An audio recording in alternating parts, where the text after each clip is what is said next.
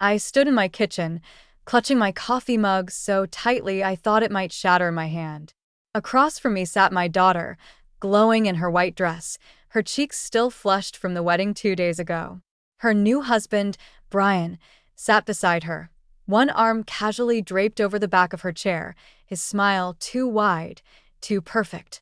Then he slid the envelope across the table. I didn't touch it. I didn't blink.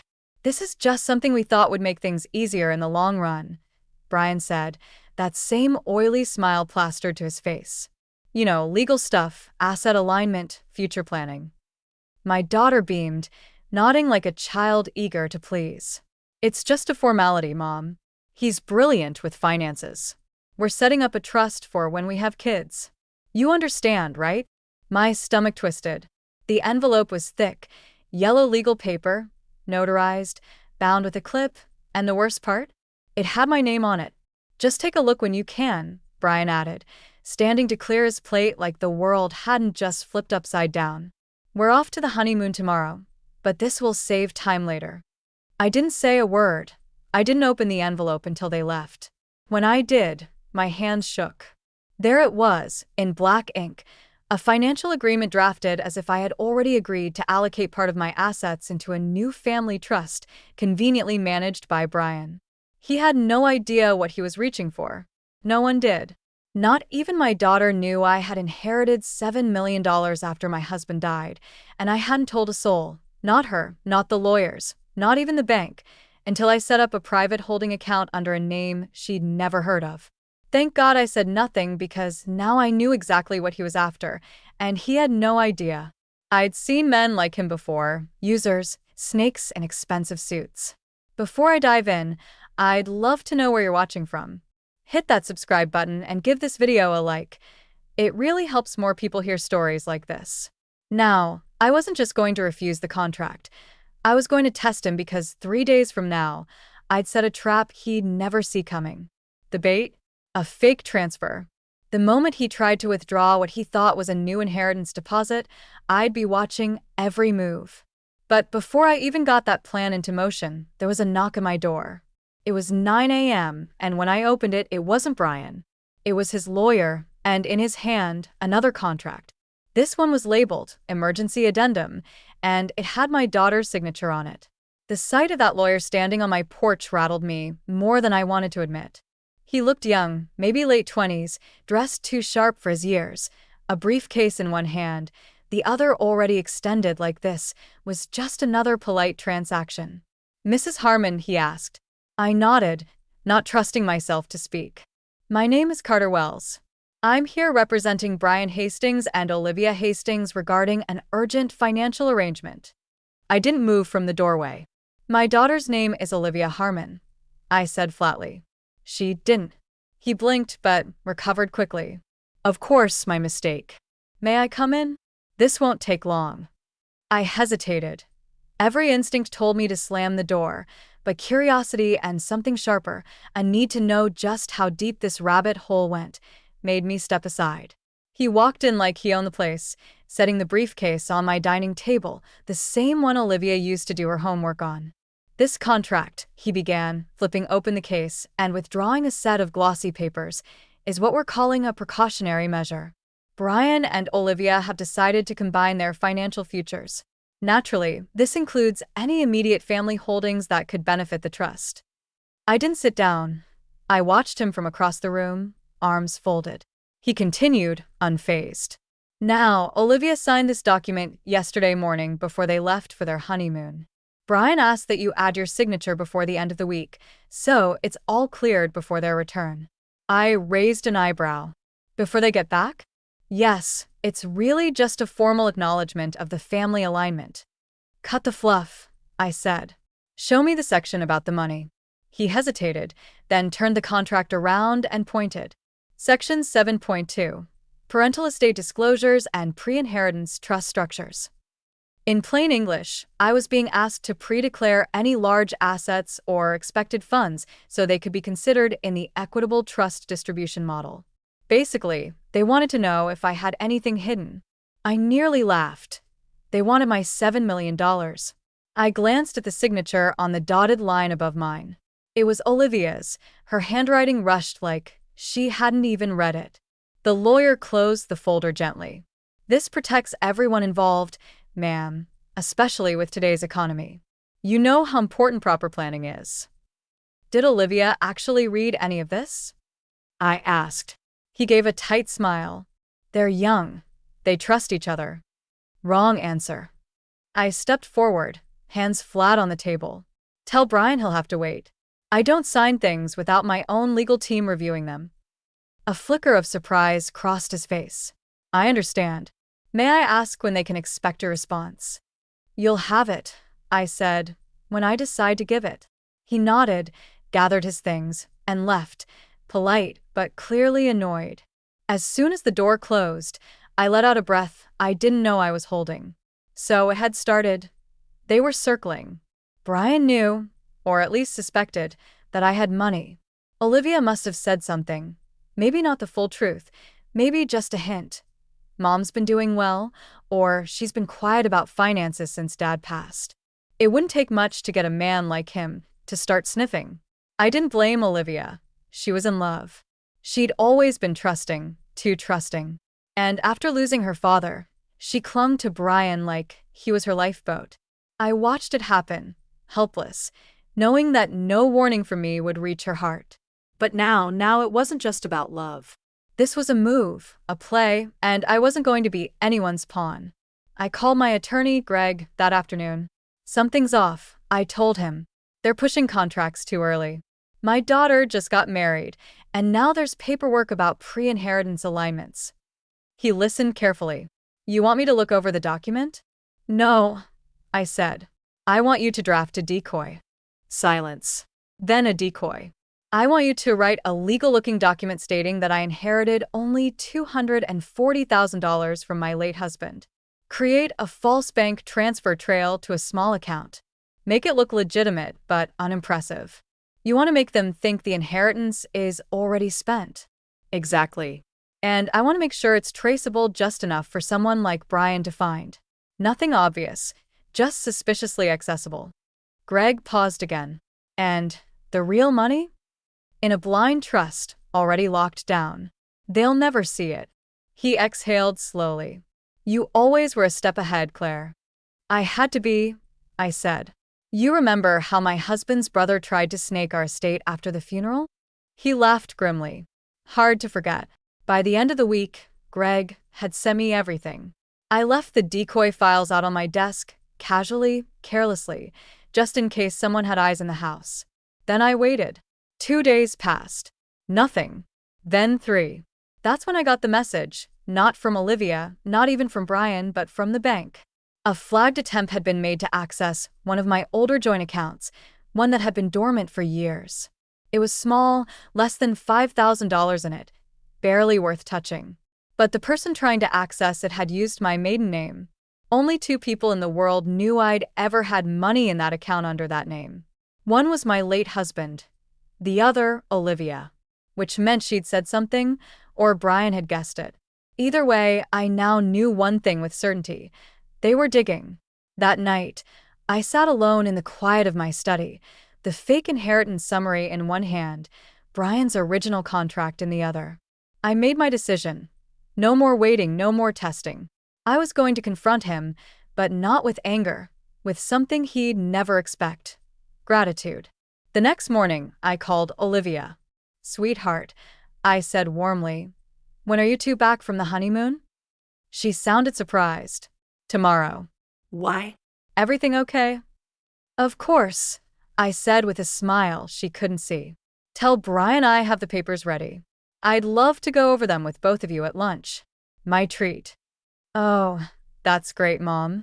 He'll be so happy. I knew you'd understand. I ended the call and stared out the window. They thought they were about to win, but what they didn't know was that they were about to sit down to a very different meal than they expected. And the menu? A full serving of truth. Because when they arrived, I'd already booked a notary, set a hidden camera, and invited Greg to play waiter. Let them bring their smiles and charm. I'd bring the $7 million in silence. And then the real contract would be revealed. The one that showed exactly who owned what and who had tried to lie about it. But before I could put all of it into motion, I got one more message, this time from Olivia. With short 2 lines. Mom, we need to talk. First, please don't be mad. Brian said you threatened him. My heart went still. Brian was turning the tables faster than I'd expected. Now Olivia was unsure. Now I was the problem. I was being painted as the threat, and I hadn't even made my move yet. I reread Olivia's message 3 times. Brian said you threatened him. We need to talk. First, please don't be mad. I sat there frozen, my phone resting in my hand, the screen glowing like it was daring me to reply. I didn't, not yet. This wasn't just a misstep, this was a tactic. Brian was smart. He knew I was suspicious. He knew I'd sniffed out his game. So, he did what manipulators do best. He preemptively painted me as the villain. By the time they walked into the trap I'd set, I wouldn't look like the smart mother who protected her inheritance. I'd look like the bitter, paranoid widow trying to control her daughter's new life. He'd cut my credibility before I even opened my mouth.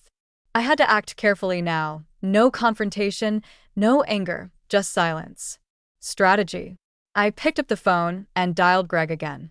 They're twisting it, I said as soon as he picked up. I figured they would, he replied calmly. You sure you still want to go through with lunch? I nodded, even though he couldn't see me. Yes, but we're not going in as lawyers. He caught on. You want me there as backup, not as a threat? Exactly. No briefcase, just sit and watch. Record everything. I'll bring a pen and a receipt book, he said with a hint of dry humor. The next day came quickly. I reserved a quiet table at the private garden cafe Olivia used to love when she was little. A place with rose bushes, koi ponds, and waiters who knew not to hover. Quiet, scenic, expensive, the kind of place that made everyone feel just a little more civilized than they really were. They arrived right on time. Brian was dressed in a powder blue suit, like he was about to pitch $1 million idea on Shark Tank. Olivia wore a simple cream blouse, her hand looped nervously through his arm. I could see the hesitation in her eyes before she even sat down. Hi, Mom, she said gently. I stood, kissed her cheek, and greeted Brian with a smile I'd perfected over 20 years of fake charity fundraisers. You look beautiful, Olivia. She smiled a little, the tension easing just slightly. Then she saw Greg. Oh, is this my friend Greg? I said quickly. He's just joining for lunch. Works in insurance, actually. Greg nodded politely. Pleasure to meet you both. You picked a good day. The chef's making duck confit. Brian seemed unfazed. He shook Greg's hand and then leaned back like he was in control again. We ordered salad for Olivia, steak for Brian, and soup for me. We made small talk until the food came. Travel, the wedding, the weather. Brian recounted some half-funny story about how their luggage got lost and a concierge offered them his personal yacht for the inconvenience. I nodded, smiled, waited. Finally, Brian leaned forward, fork down, expression turning sincere. Claire, I want to clear the air. I never meant to pressure you. I just thought we could build something smart together as a family. When Olivia told me about your husband's passing and that you'd been managing the estate alone, I felt protective. I raised an eyebrow. Protective of me, of Olivia, of her future, and by extension, your well-being too. I nodded slowly. That's very kind of you. Olivia looked between us, unsure. Brian reached into his coat pocket and pulled out the same folder I'd seen before. I brought the paperwork again just in case you had time to think. He placed it gently on the table like it was a gift. I took it and flipped through it slowly. Then I reached into my handbag and pulled out a document of my own, not the real one, the decoy Greg prepared. I placed it on top of his, folded neatly. This is my inheritance disclosure, I said. $240,000 remaining after debt clearances and legal fees. It's all I have left. Brian's eyes flicked to the document. He didn't touch it, but I saw the calculation begin in his head. That amount was too small to build a trust around, too small to be worth manipulating me for, too small to justify the risk he'd already taken by involving a lawyer and forging Olivia's blind signature on that addendum.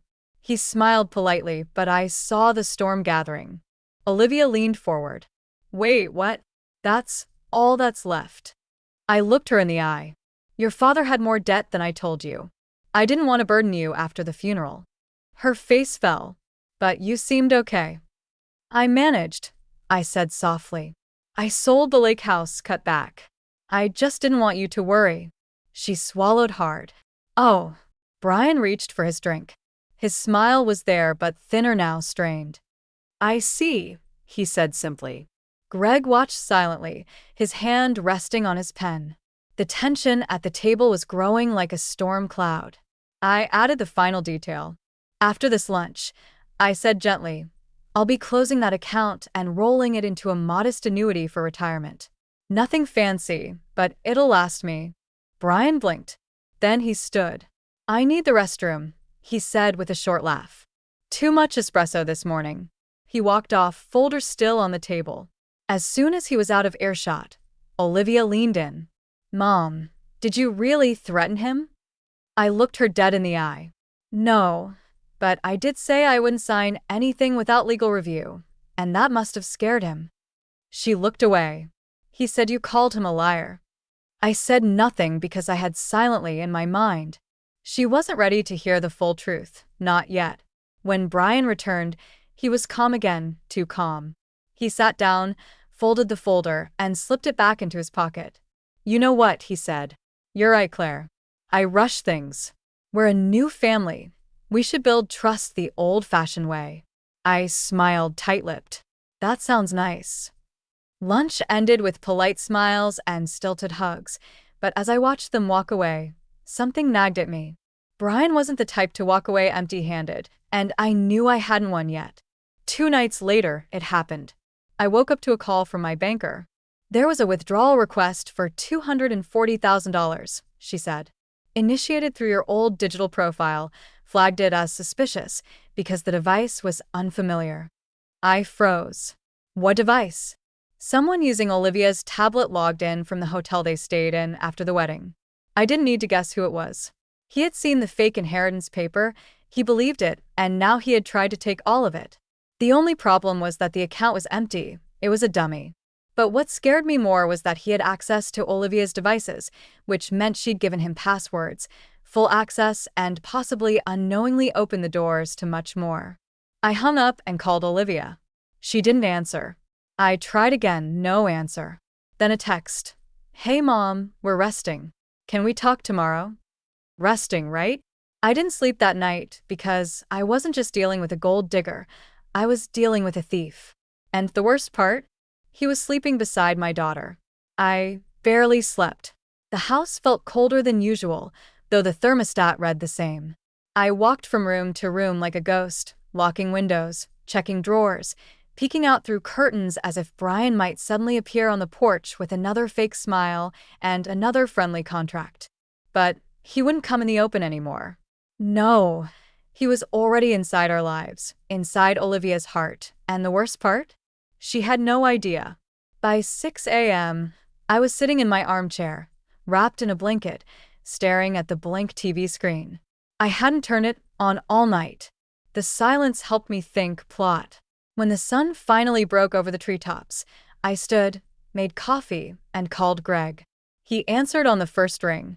He tried to withdraw the fake money, I said quietly, from Olivia's tablet. Greg didn't sound surprised. He's bolder than I thought, or dumber, or both. I rubbed my forehead. I need a digital trail, something that shows it wasn't me logging in. Can you help? Already on it, he said. We'll get the IP address, the device signature, even the timestamp. But Claire, we might be running out of time. I know. I ended the call and stared down into my coffee. This wasn't just about the money anymore.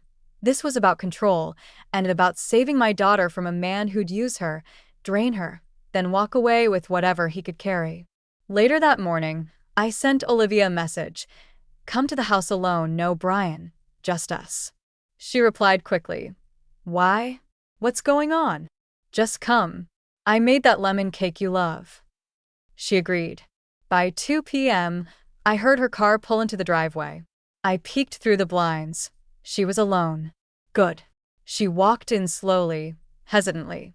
Her eyes scanned the room like she expected cameras or confrontation. I greeted her with a hug. She didn't return it right away. We sat down at the kitchen table, the same one where I used to braid her hair before school. "I need to talk to you," I said, sliding her a slice of cake. "Really talk?" She looked down at it. "Okay, I didn't hold back. I know Brian tried to access an account that wasn't his. He used your tablet. He triggered a fraud alert." Face went pale. "What?" "No, he wouldn't." "He did. He guessed there was money. I left a fake document to see what he'd do." Olivia's eyes filled with tears. "You set him up." I leaned forward. "I protected you. I didn't want to believe it either, but I had to know who he really is." She shook her head, standing suddenly. "This is insane. You're spying on us, manipulating me. I'm trying to stop you from being robbed blind. He loves me." I stood too. "Then ask him why he went into your tablet. Ask him what he was trying to take." He wouldn't.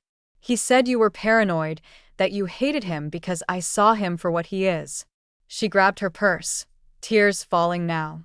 "I can't do this," she said. "I need space." "Olivia, please." But she was already out the door. She drove off fast. I stood there, heartbroken, watching the dust settle on the gravel road. I had just pushed her away, and Brian, he'd win if I lost her. I went back inside and sat down, chest tight. I hadn't cried in years, but now the tears came fast. Greg called just then. "I got the data," he said. "Confirmed it was Brian. I can put it in a report." "Good," I whispered. "It won't matter if Olivia hates me." "She won't." She left. He was silent for a moment. Then, "Claire, what if we go further?" I sniffled. "Further? How?" "We expose him publicly. You still have those wedding video clips, right? Reception speeches?" "Yes." "Let me review them. Maybe he slipped. Maybe he bragged." "Greg, no, listen. He's arrogant. He talks too much. If he hinted about money in front of anyone, we can make it count." I nodded. "Okay, I'll send everything." That night, I watched the footage again, not just from the professional videographer but from guests' Instagram stories, live streams, even shaky phone footage Olivia had sent me. And then I found it. Brian, standing with a drink in hand, surrounded by friends. The camera is a bit far off, but the audio is clear enough. He's laughing, smug, confident. One of his friends asks, "So, what's next, man?" "You married rich." He replies, loud and proud, "Not yet, but give me a month. You'll see." The friends laugh. He lifts his drink like he just sealed a deal. I paused the video, heart pounding. There it was, arrogance caught on camera. I sent it to Greg. He replied instantly, "Got it. This is gold. Let me prep something." Next morning, I had a new plan. I called Olivia again. No answer. I tried again later, still nothing. Then I got a message, "Brian and I need time. Please respect our space." That was it. No mom, no warmth, just space. But I didn't have time to wait anymore, so I went to her. I drove to their apartment, a slick condo complex with security gates and rooftop views. When I buzzed her unit, Brian answered. "Claire," he said flatly, "I need to speak with Olivia. She's sleeping. It's 10 a.m. She's tired. I'll wait." A pause. Then, "She doesn't want to see you." I didn't move. "You can't keep her from me." "I'm not," he said. "She just doesn't want drama." I exhaled through my nose. "Fine." Then I turned and walked away, but not before slipping the USB stick I brought containing the wedding video clip into her mailbox. Let him try to explain that I didn't hear from Olivia for 2 days. Then finally, she showed up at my house alone, eyes swollen from crying, hands shaking. She walked inside without a word and sat down. I watched the video. She whispered, and I sat beside her. She didn't look at me. I asked her about it. She said he claimed it was just a joke, that guys say dumb stuff. I stayed quiet, but I checked his browser history. She said, voice breaking, he looked up how to access trust funds and how to bypass account authentication. I reached for her hand. She let me hold it. "I'm so sorry," she sobbed, and I finally let myself cry too. But just as we held each other, her phone buzzed on the table. She wiped her eyes, looked at it, then stared at me. "It's Brian," she said, her voice going flat. "He says he's lawyered up." I stiffened. What? She said he claimed if she tried to leave, he'd sue for fraud, that he had a prenup, that he'd expose her for using his money for the wedding. "But you didn't," I said. She shook her head. "No, but my name's on everything." I leaned back in my chair. So this was his next move. If he couldn't steal from me, he'd bleed Olivia dry. He was going to destroy her to get even, and if we didn't act fast, he might succeed. I stood in front of my daughter, my heart breaking for the second time in 2 weeks. She was pale, trembling, completely stripped of the joy she'd had just days earlier. The honeymoon smile was gone. The sparkle in her eyes had faded. And the worst part was knowing she hadn't just lost a marriage, she was starting to lose faith in herself. Brian had done what men like him always do, charmed his way in, tried to control everything, and now that the mask was off, he was threatening to burn her life to the ground. "Not on my watch." I took Olivia's phone from the table and scrolled through the message Brian had sent. "Don't even think about pulling anything. You signed the agreement. I'll take this to court and I'll win." Below that, screenshots of documents she didn't even remember signing. Bank transfers in both their names, a receipt for a wedding ring purchased using Olivia's joint account with him. He was preparing for this the whole time. I whispered and Olivia nodded, crying quietly. "I feel so stupid," she said. "You're not stupid," I told her. "You were in love. He just wasn't." I called Greg. He picked up on the first ring. "She's here. He's threatening legal action." "Good," Greg said. "Then it's time we play our card." He had been waiting for this moment. Greg had already drawn up a counteroffensive, a full report with digital forensics, device fingerprints, IP logs, and the video of Brian bragging about his intentions, all packaged in a way that would crush him if this ever went to court. "You want me to send this to his lawyer?" Greg asked. "No," I said, "not yet." "Then what?" "I want to meet him face to face with Olivia." Greg paused. "Claire, I need him to see what we know. I need him to look me in the eyes and realize the game is over." He agreed. We set the meeting for the following afternoon. I chose a public place, a lawyer's office downtown with glass walls and cameras. Greg would be there, quiet in the corner. Olivia, too. I told her she didn't have to come, but she insisted. "I need to see his face when he realizes I'm done." We arrived early. Brian showed up 10 minutes late, smug as ever. He was wearing a black turtleneck and sunglasses, like he thought he was some kind of celebrity. He smiled when he saw us, but it didn't last. Greg handed him a folder. "This is a courtesy copy of our findings." Brian flipped through the first few pages and I saw it, the shift. His face twitched, his lips parted slightly, his posture stiffened. He knew he was caught. "There's no crime here," he said quickly. "You can't prove anything." "You're right," Greg said. "There's no crime yet, but what we have is enough to open several investigations. Identity misuse, financial manipulation, fraudulent coercion of contracts." Brian scoffed. "Your voice is on video," I said quietly. "You said, and I quote, 'Give me a month, you'll see.' And you tried to move funds from my daughter's account without her permission." He looked at Olivia, his eyes narrowing. "You told them." She didn't flinch. "No," she said. "You did." He slammed the folder shut. "What do you want?" he snapped. I leaned forward. "You're going to disappear." He raised an eyebrow. "You're going to walk away," I continued, "sign an annulment release for Olivia from any shared accounts, properties, and legal claims. No court, no battle." He laughed bitterly. "Or what?" Greg pulled out a second folder. "Or this goes public, and the local paper gets a story about a man who married for money and got caught. We already have a reporter waiting." I added, "One email, and it's done." Brian looked at all three of us. He was cornered, and he knew it. "You think you can just push me out?" he hissed. "No," I said. "You pushed yourself out. We're just making it official." He stared at Olivia like he still expected her to crack. She didn't. She slid a pen across the table. He picked it up slowly and signed every last page. When it was done, he stood, fixed his sunglasses, and walked out without another word. Just like that, gone. Olivia broke down the moment the door clicked shut. I wrapped my arms around her, rocking gently like I used to when she was small. "It's over," I whispered. "You're safe now." But she pulled back, tears still in her eyes. "No, Mom. It's not over until I fix what I broke with you." I blinked. "You didn't break anything." "Yes, I did. I didn't listen. I doubted you. I let him twist the truth." I smiled gently. "You believed in love. That's not a crime. That's being human." We left the office together. The sun was setting, casting long shadows across the sidewalk. That evening, we made dinner at home. Nothing fancy, just pasta and garlic bread, but it felt warm again, peaceful. Over the table, she asked me one last question. "Is it true," she said, "about the money?" I paused, then nodded. "Yes, I did inherit 7 million. Her eyes widened slightly. "Why didn't you tell me?"